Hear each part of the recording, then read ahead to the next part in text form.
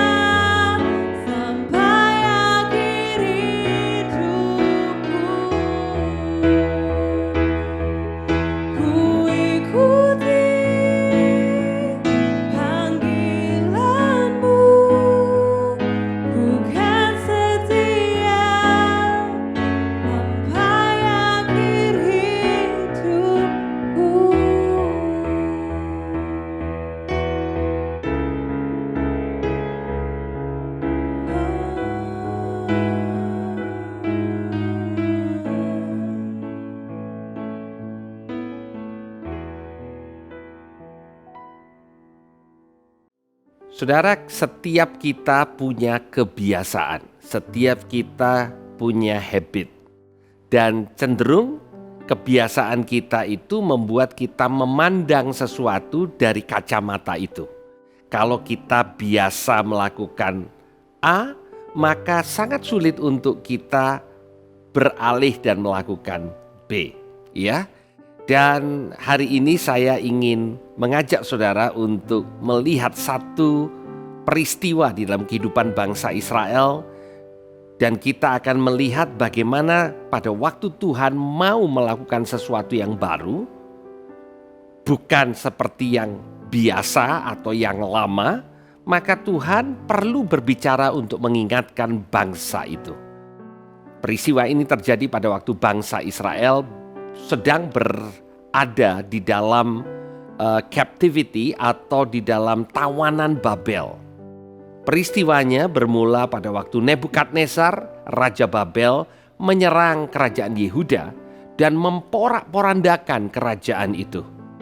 Bukan hanya itu, Bait Allah yang dibangun pada zaman Salomo juga dihancurkan dan perkakas-perkakasnya dibawa ke Babel. Kalau kita mendengar cerita tentang Sadrak, Mesak, Abednego, Daniel, nah kira-kira pada zaman-zaman seperti itulah mereka hidup. Mereka adalah bangsawan dari kerajaan Yehuda yang diangkut ke Babel, dan bangsa Israel kehilangan rasa kehormatan sebagai bangsa. Dan di dalam keadaan seperti itu, Nabi Yesaya bernubuat. Di Yesaya pasal 43 mulai dari ayat 16 dikatakan, beginilah firman Tuhan yang telah membuat jalan melalui laut dan melalui air yang hebat, yang telah menyuruh kereta dan kuda keluar untuk berperang, dan juga tentara, orang-orang gagah, mereka terbaring, tidak dapat bangkit, sudah mati, sudah padam sebagai sumbu.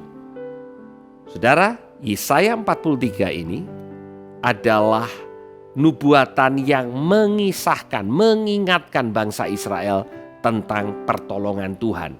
Dikatakan Tuhan telah membuat jalan melalui laut.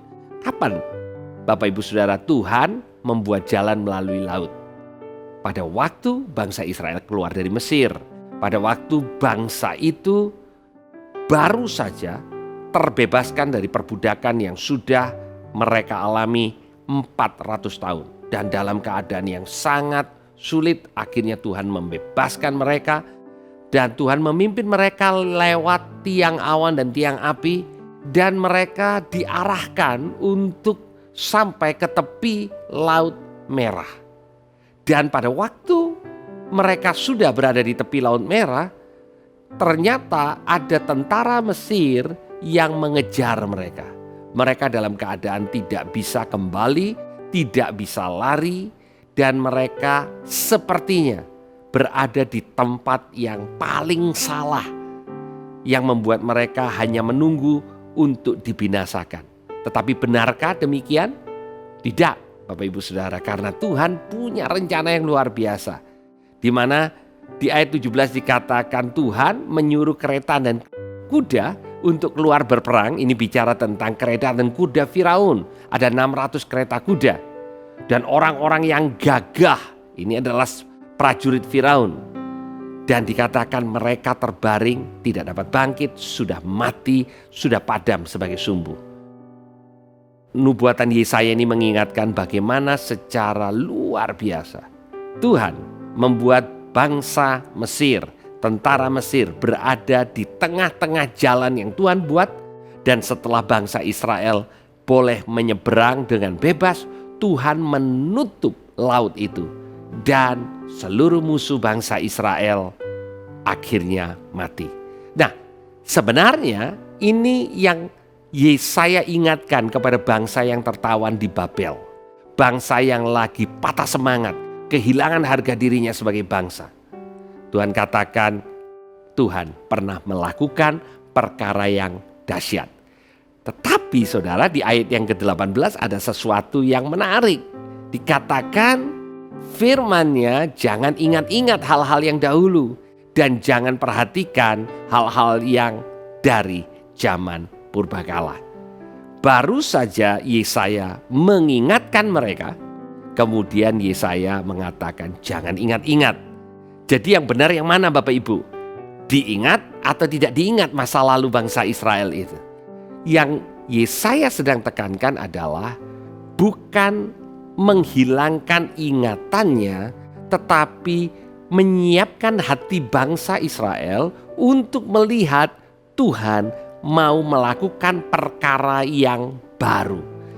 Yang seringkali kita berpatokan kalau Tuhan mau menolong, maka Tuhan akan lakukan lagi seperti apa yang kita pernah tahu Tuhan lakukan. Bapak Ibu Saudara, dalam kehidupan kita seringkali kita juga seperti itu. Dulu mungkin kita pernah sakit dan Tuhan sembuhkan dengan cara tertentu dan kita ingat. Dan kita pikir kalau kita sakit maka Tuhan akan menyembuhkan dengan cara yang sama. Tahukah saudara bahwa Tuhan Yesus seringkali menyembuhkan penyakit yang sejenis dengan cara yang berbeda. Ada orang yang buta di mana Tuhan Yesus berfirman, berkata-kata dan orang itu disembuhkan. Ada di mana Tuhan Yesus perlu menjamah mata orang itu dan orang itu sembuh. Tetapi ada kalanya Tuhan Yesus meludah dan kemudian Tuhan Yesus memakai tanah liat ya yang bercampur, tanah yang bercampur dengan ludahnya, kemudian ditempelkan di mata orang yang buta dan orang buta itu sembuh. Nah Bapak Ibu, apa alasannya? Hanya Tuhan Yesus yang tahu. Tapi cara Tuhan sangat bervariasi. Cara Tuhan yang Tuhan lakukan dalam kehidupan saudara pun juga seperti itu. Mari kita lanjutkan. Di ayat yang ke-19 dikatakan, Yesaya mengatakan begini, lihat aku hendak membuat sesuatu yang baru, yang sekarang sudah tumbuh. Belumkah kamu mengetahuinya? Saudara, kalau memang itu sudah tumbuh, kalau cara yang baru, pertolongan Tuhan yang baru itu sudah ada, bagaimana mungkin bangsa Israel tidak bisa melihatnya? Alasannya adalah satu, karena mereka fokus untuk melihat ke arah yang salah. Mereka fokus pertolongan Tuhan buat bangsa Israel sekitar 700 tahun yang lalu, di mana Tuhan membangkitkan Musa untuk membawa bangsa Israel keluar dari Mesir. Jadi mungkin di Babel mereka juga sedang menantikan Musa yang akan membawa mereka keluar dari Babel dan kembali ke Israel, kembali ke Yerusalem. Ayat ini dilanjutkan, aku hendak membuat jalan di padang gurun dan sungai-sungai di padang belantara. Kalau 700 tahun yang lalu Tuhan menolong bangsa Israel dengan membuat lautan menjadi jalan yang kering, kali ini Tuhan membuat jalan di padang gurun dan sungai di padang belantara.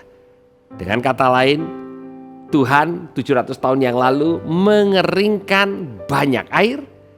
Kali ini Tuhan membuat air di tempat yang kering. Tetap mujizat, tetap pertolongan, tapi caranya kadang terlihat opposite. Kelihatannya bertolak belakang. Kali ini apa yang Tuhan sedang sampaikan kepada bangsa Israel? Rupanya Tuhan sedang membangkitkan raja kafir yang bernama Kores.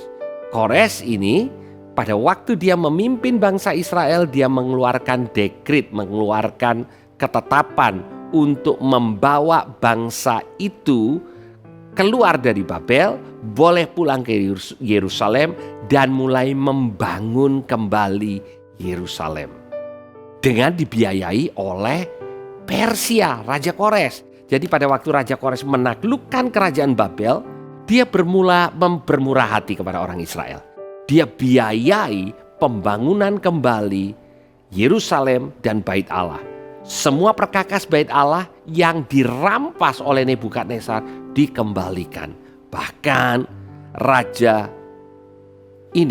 Kores ini begitu murah hati dan begitu memproteksi bangsa Israel. Dikatakan barang siapa yang mengganggu perjalanan bangsa ini untuk membangun kembali tempat mereka, kota mereka, bait suci mereka, maka orang-orang itu akan dibunuh dengan disalibkan.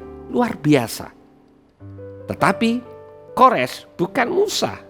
Bapak Ibu Saudara, Kores bukanlah pemimpin rohani bangsa Israel. Tetapi Kores dipakai oleh Tuhan untuk membawa rencana Tuhan dalam kehidupan bangsa Israel terjadi. Bagaimana dengan kita?